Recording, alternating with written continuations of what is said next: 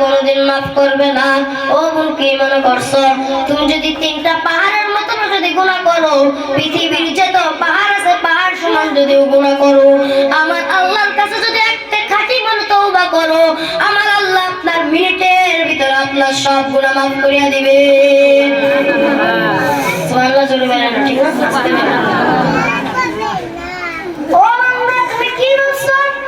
দুনিয়াতে থাকতেছো, দুনিয়াতে পড়তেছো, দুনিয়াতে লেখাপড়া করতেছো, দুনিয়াতে আনন্দ ফুর্তি করতেছো, কিন্তু দুনিয়াতে আনন্দ কোনো নিষেধ নাই, দুনিয়াতে লেখাপড়া নিষেধ নাই, দুনিয়াতে দুষ্টুমি ফাজলামি করো তারপরেও নিষেধ নাই, কিন্তু আমার আল্লাহর ইবাদতের দিকে একটু তাকাও, তাকাইয়া দেখো আমার আল্লাহর ইবাদত কত সুন্দর, নামাজ পড়া কত সুন্দর, 5 ওয়াক্ত নামাজ আদায় করা কত সুন্দর, এরকম পর্দা দিয়ে থাকা কত সুন্দর, এরকম পাঞ্জাবি পরে থাকা কত সুন্দর, এরকম মাথায় টুপি পরা কত সুন্দর, এরকম মাথায় ওড়না দিয়ে থাকা কত সুন্দর।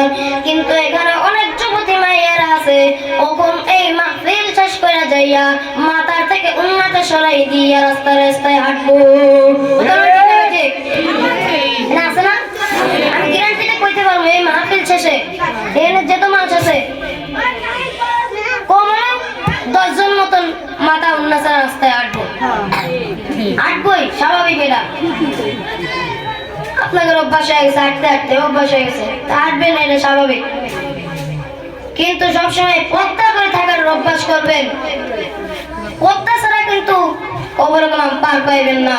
আপনার চুল, আপনার মুখ একটা যুবককে দেখাবেন, ওই যুবক যখন আপনার দিকে তাকাইয়া আপনার সুন্দর চেহারা থেকে যখন বলবে আহ কত সুন্দর চেহারা, তখন আপনার গুনাহ হবে, আপনার তো গুনাহ হবে, ওই ছেলের চোখের জেনা হবে। কিসের জেনা?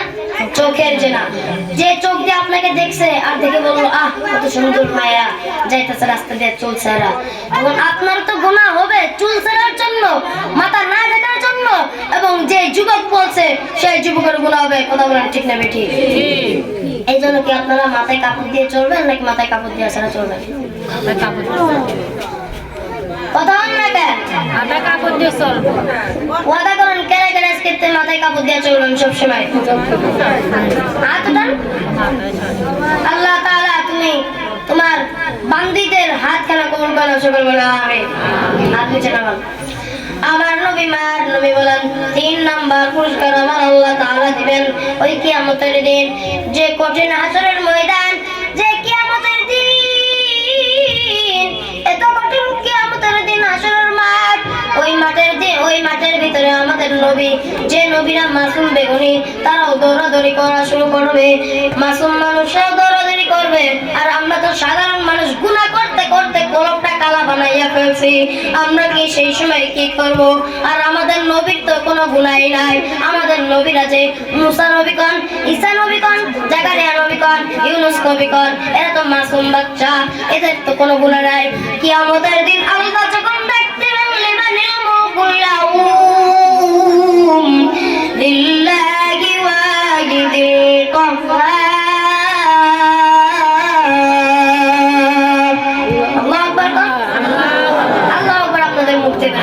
এরকম মানুষ গুনাহ করতে করতে কলবটা কালা বানাই ফেলছেন। এই জন্য কোন কোরআন তেলাওয়াত করলে, কোন ওয়াজ করলে আপনাদের মুখে সুবহানাল্লাহ আল্লাহু আকবার বলেন। কথা ঠিক কইছে নাকি ভুল কইছে? ঠিক কইছে না? 3 নম্বর পুরস্কার, বান্দা আমলনামা দিবেন ডান হাতে। কোন হাতে?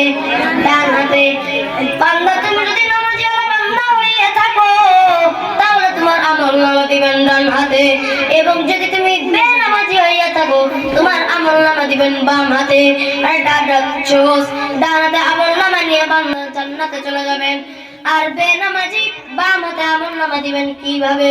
বাম হাতটা পিছন দিকতে নিয়া পিঠের ভিতরতে ঢুকাইয়া পেটের ভিতরতে টান মেরে বলবে এই চলো বেনামাজি বেঈমান, তুই আমার নামাজ বিশ্বাস করস নাই, আমারে বিশ্বাস করস নাই, এই তোর আমলনামা, তুই আজকে তোর আমলনামা নিয়ে তুই জাহান্নামে যা।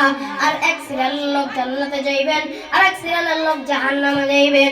সেই সময় মুসিবতের সময় সবাই দৌড়াদৌড়ি করবেন। হাসরের ময়দানের সময় পৃথিবীতে সূর্যের একটা মুখ ছাড়ছে। কয়টা মুখ?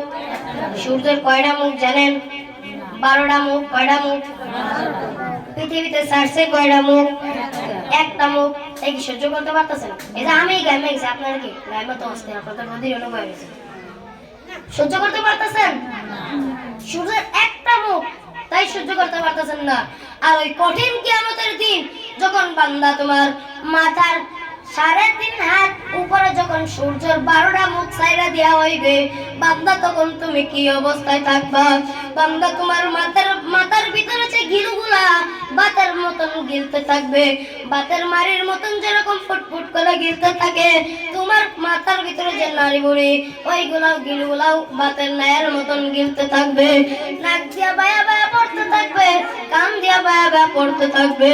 কিয়ামতের দিন কিয়ামত তপ তপ করে কাঁপতে থাকবে।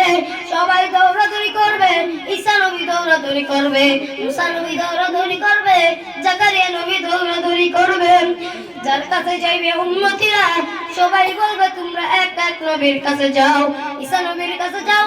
ঈসা নবীর কাছে যখন উম্মত বলবে, ও আল্লাহর নবী, আপনি তো মাসুম মানুষ, আপনার তো কোনো গুনাহ নাই,